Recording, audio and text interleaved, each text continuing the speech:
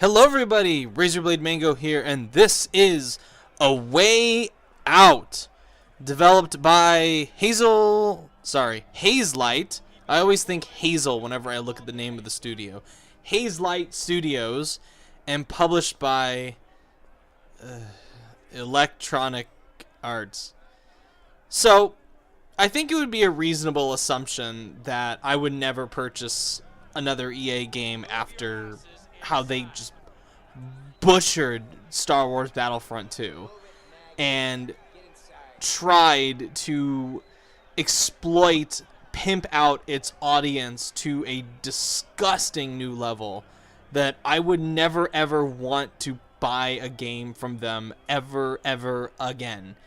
And that's a very fair assumption. In fact, that almost would be true if it were not for a couple of games out there that they might do. Speaking specifically about A Way Out, I think when it comes to their indie games, EA is actually competent. It's only like the big AAA stuff that I feel like they just are absolutely dreadful at keeping their grubby little hands off of it. But their indie games, not so much. Like I think it was a couple years ago, we had that little Unravel Yarn Man game, which was actually pretty good. I've heard decent things about Fee, and I've been really looking forward to A Way Out for like the last year, almost a year now. When was this first announced? Like June of last year, I think, at E3. So about like 8 to 9 months, I've been looking forward to playing A Way Out. I think right from the beginning when this game was shown, it hooked me because there are not a lot of multiplayer games out there that I really am into, and I'm not even really a big multiplayer guy to begin with. But when you throw in, a game that requires co-op and it's a story-driven experience, that interests me. And seeing as how this was developed by the studio, the team of people behind Brothers: A Tale of Two Sons, including the same writer and director, you have my interest. Because I loved Brothers: A Tale of Two Sons.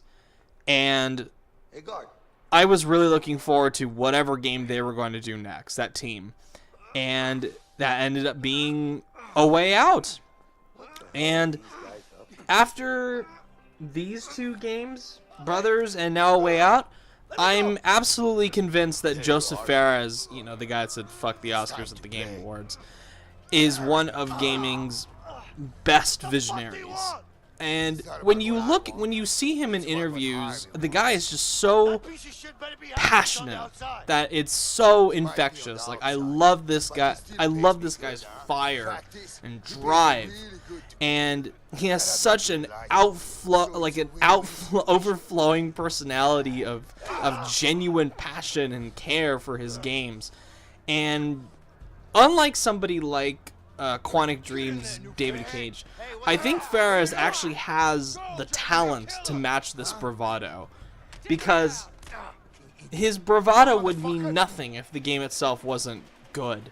And let me say right off the bat that A Way Out is really goddamn good, like borderlining on great, like by the skin of its teeth, borderlining on great.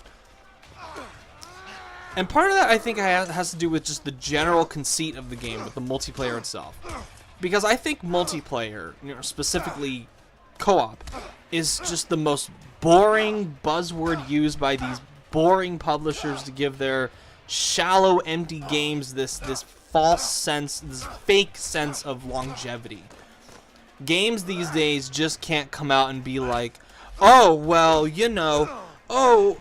it just can't be a single-player only game. It's got to have some kind of multiplayer in it. It's got to have some kind of multiplayer. Got to have some kind of co-op. It's either going to be DLC or it's going to be in the main game, shoved into the background. Just lazy. Absolutely fucking lazy. Other games do this. Like Dead Space 3 did it. Batman Arkham Origins did it. Some of the more recent Far Cry games have kind of taken this sloppy, half-hearted go at a full co-op campaign experience. Well, not Batman Arkham Origins. That was a shitty multiplayer mode. But I feel like A Way Out is a complete, like, refreshingly against that shit. Brothers: A Tale of Two Sons explored this really weird but, you know, functional idea of a co-op experience where one player controls two characters simultaneously. You had it on the PS4 version, PS3 version at least, where you use the two analog sticks to control the brothers, and you use the R2 or R1 buttons to grab stuff. It's been so long since I've played Brothers, and playing A Way Out makes me want to go back to that game. But A Way Out takes that co-op concept and just runs to the fucking hills with it. A Way Out, I feel like, goes against all the half-hearted, sloppy efforts out there for a full co-op campaign. And it uses that feature to tell a story and involve two players in ways that I feel like are only possible in video gaming. Sounds hyperbolic, but there are legit things in this game that are only possible in the medium of storytelling that is video gaming, and that I think is beautiful. And what really surprised me about A Way Out the most is how diverse the activities are, and how just on the nose and how snappy the pacing is. Just when I thought I would get tired of doing something, because there's multiple things that this game does, like quick time events, fighting, survival elements, shooting and driving. It's just a large variety of stuff to do. Stealth sections. There's a point where you have to kind of make a hole in your jail cell while your friend watches around and kind of looks around to see when the guards are coming. It's really cool. But just when I thought I would get tired of a sequence like that, the game would just move on to a totally different thing. And it really pushes the boat on pushes the boat out on the amount of stuff that they wring out of this co-op only concept. And it's great. This variety is just, it kept the game from being boring for me in one note.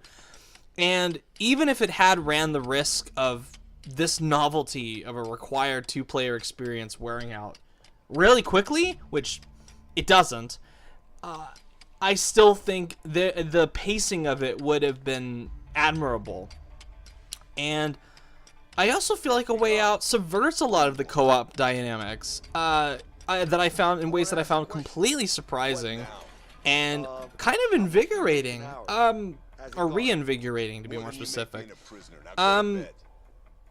I can't get into specifics. I can't get into spoilers because that would just ruin the whole experience of the game. It's better if you go into this game not knowing anything that happens, which is why the footage that you're seeing of this game is only going to be in the opening hour or so, because I don't want to spoil what goes on in the rest of the game. And the cool thing is, even if I've done most of these activities in other games, like a bunch of other games alone, I've done the QTE fighting, I've done the prison escape stuff, I've done the survival elements, I've done the story-driven stuff. Most of them feel fresh and new because they're in the structure of this co-op experience. And I really cannot describe, well enough how much of a difference that makes. Like, when you're doing things with another person, and not just like a co-op experience where it's just online experience where you can't see the other player, where you literally share the screen, even if you're playing online with somebody like I did, when you're sharing the screen with someone, you see everything that goes on in the game. And that, to me, just provided this whole new, fascinating sense of visual storytelling. And it's something I've really never seen before in a game. Other games have tried it where it's, you'll do the drop-in, drop-out co-op, where if you, move together, the screen will blend, or if you break away, the screen will then turn into, a split-screen mode. This whole thing is a very carefully crafted experience, deliberately crafted, where it will choose when to become one screen and focus on one character's cutscene, or split apart and have like during a dialogue scene or an action scene or something. And I think that freshness extends to the story beats and the movie influences as well, because there's a lot.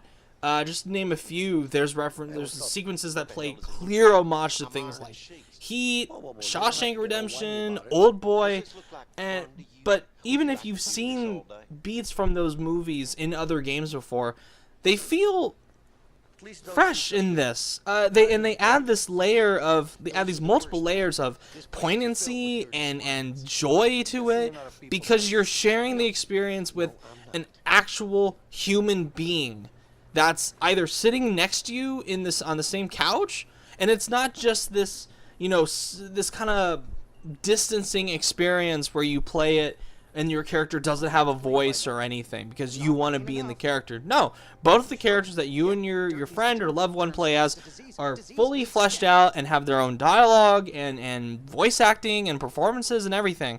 And I feel like that just adds this whole new level of emotional investment in it. And I really cannot stress enough how much of a creative triumph A Way Out is. It's so fucking good. And I wish I could say it's great.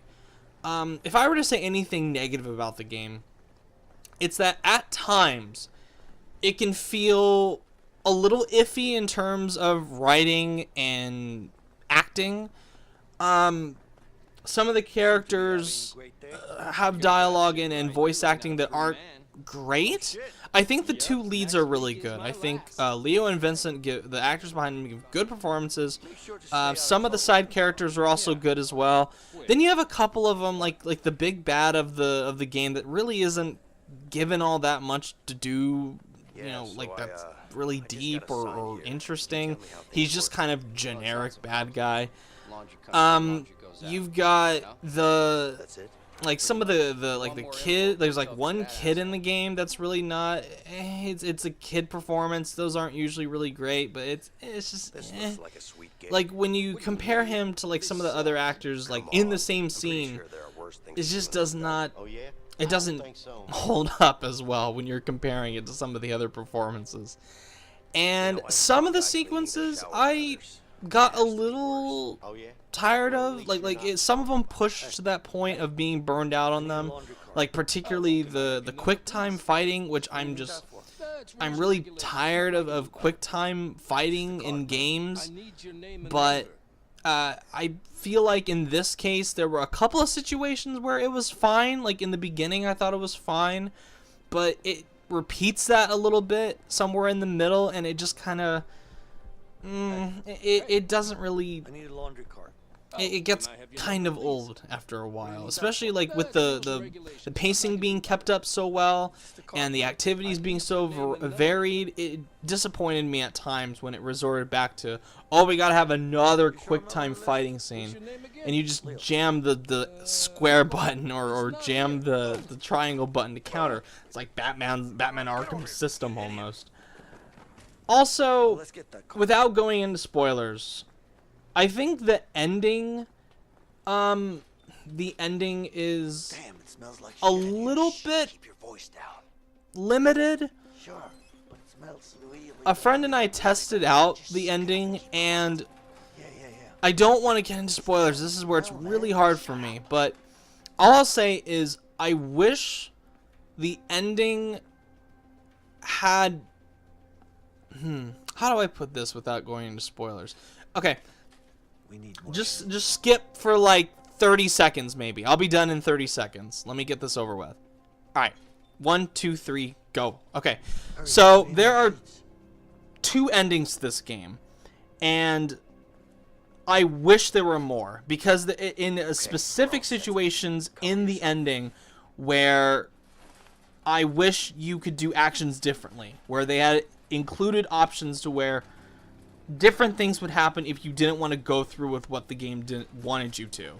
And that was a little disappointing. Okay, people are coming back now, so we'll stop talking about the ending. Right. Okay. But besides all that, I think A Way Out is really good. I think it is a really, really strong follow-up to Brothers: A Tale of Two Sons. I don't think it's perfect. I think it definitely has problems, but it is one of the best EA games in a long time. Probably since Titanfall 2, this is the best EA game out there. And one final note, games like this make me really frustrated when it comes to EA, because EA, the company that, you know, sometimes funds really good games, like Titanfall 2 is one of my all-time favorite games. The Plants vs. Zombies Garden Warfare games are really fucking great. Even Battlefield 1 I enjoy. Like, I enjoy EA's games when they don't fuck with them to the point of oblivion. And thankfully they didn't do that with A Way Out. And it just frustrates me that EA could be this really pro-consumer company, where with A Way Out, it has one of the most pro-consumer features I've ever seen, where it will basically allow you to play the game with whoever the fuck you want and as many times as you want, and they don't ever have to buy the game if they're playing it with you. And I think that's wonderful. That Friends Pass idea, it's wonderful. I love it. I wish more games would do that force co-op on you. And it's not just a trial version like I was afraid of. It is like you can fully play the game with someone that does not own it, as long as you send them to invite for it. And they can download the demo of it, and it's like the same gigabyte as the game itself. The only limitation is that they can't play the game without you.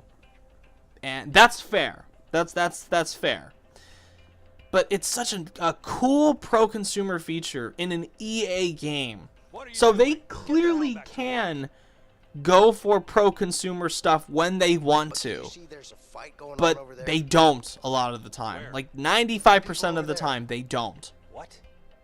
But the 5% of the time that they do, they end up producing really unique works of art, like Titanfall 2 and A Way Out. And I don't get it. I just don't get it with EA. I really don't.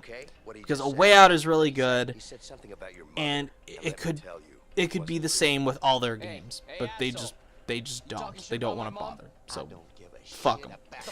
All right. Thank you guys for watching. If you like what you see, subscribe. Let me know what you think of A Way Out. If you plan on getting it, let me know. Thank you, everyone. See you guys next time. Bye. Enough. Get out of the way.